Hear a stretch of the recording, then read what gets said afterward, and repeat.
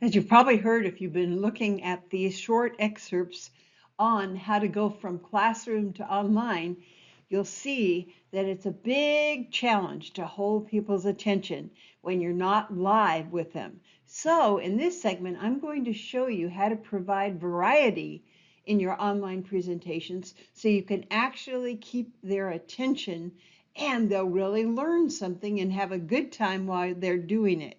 Now, in this section, I'm going to actually show you what I did when I did a longer webinar in taking your classroom online.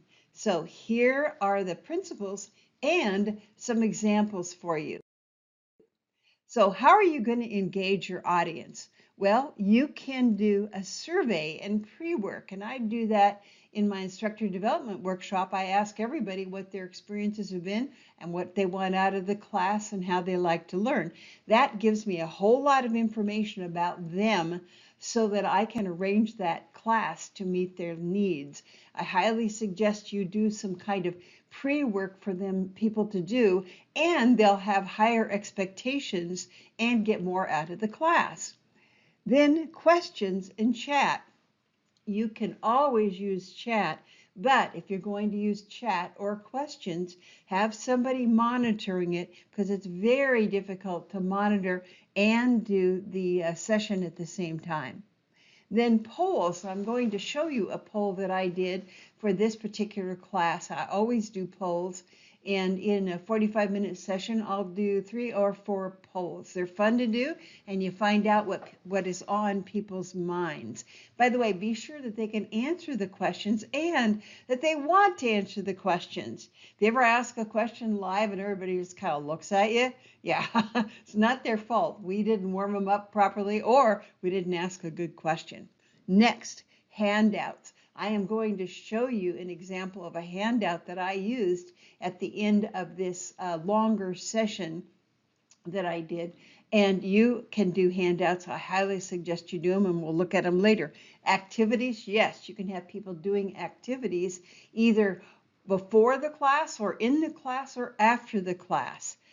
Then review and reflection time. And if you've been taking the Train the Trainer course, you know that we talk about reflection time so people can gather their thoughts and figure out, what does it mean to me? How am I going to use this for real? And finally, small group work. You can do this by putting people in Zoom rooms, or you can do it using other kinds of software. I highly suggest you involve people in some small group work, or maybe in between sessions. When I do the hybrid version of Train the Trainer, I do them working in small groups, and then they come back and tell me what they learned and what they did. Now let's take a look then at how to arrange each segment. Now you're gonna die when I tell you this. If you've got a 3-hour course, you want to do 45-minute segments with 15 in between. Let people have some time out. They cannot concentrate any longer than that. Engage your audience every 3 to 5 minutes. So that means in a 45-minute session, you're going to engage them 9 times or more. I know that seems like a lot, but at the same time, let's be honest. In the last 3 Zoom sessions you attended, how long could you keep your attention on what was going on that screen? Well, the reason is that we can't keep our attention on it is the teacher isn't involving us enough. So that's the number that you have to use to involve your audience to keep them with you. Now, I told you I'd give you some examples. Here they are. So in my webinar from classroom to online, I used handouts. And what I said was, in the control panel on your right, you'll see handouts. Print them if you can, and we'll be referring to them today. So I gave them a handout to be working on, and you'll see that in a minute. Then questions. I also said that I welcome questions, and that I'll be pausing at the end of each segment to take questions. And I did have a monitor, so that monitor was looking at the questions. Now, I generally don't take questions until I'm done with a segment just because it breaks it up too much and it really fouls up your time.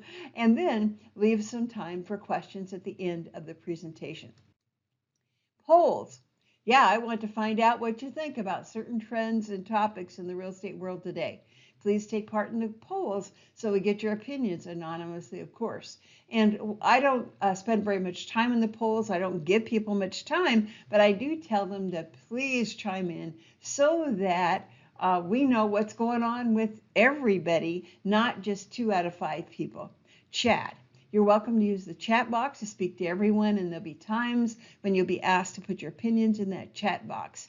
Please be aware your chats will be broadcast to everyone in the webinar unless they are actually pointing that comment only one person. But you'd be amazed. You may know all about this technology and be able to use it. There are always going to be some people who that is their first online class, and they're not going to know how to use all this stuff. So keep it simple, go slowly enough that they know what's going on, and take them with you and have fun as you do it. Now let's take a look at that worksheet. This is a handout that was a worksheet that I used so that I could get them as they were going through the webinar to actually think, how do I put this to work? So this was the worksheet that I used, and I had them fill it out as they went. So it's also a little example of reflection time. You can do this too. Here's an example of a poll. I always put this poll on a slide because it's very difficult to think about this stuff and how to answer if you don't have it on a slide. So this is what the slide looked like. I asked them what were the 3 last live courses you attended, what percent was lecture or discussion. What I wanted to find out was how teachers were teaching in real estate. And I found out what I thought. Over 70% of the course was lecture, which is really boring. Now, if it's lecture live, it's even worse to just lecture when you're online. So here's an example of a handout from the webinar. Now this handout I gave people at the end of the webinar so they could check as to how their online course was going and what they had in it. So it's a checklist to take your course from classroom to online. By the way, if you're taking Train the Trainer 2.0, this checklist is for you too in the resources section in your software.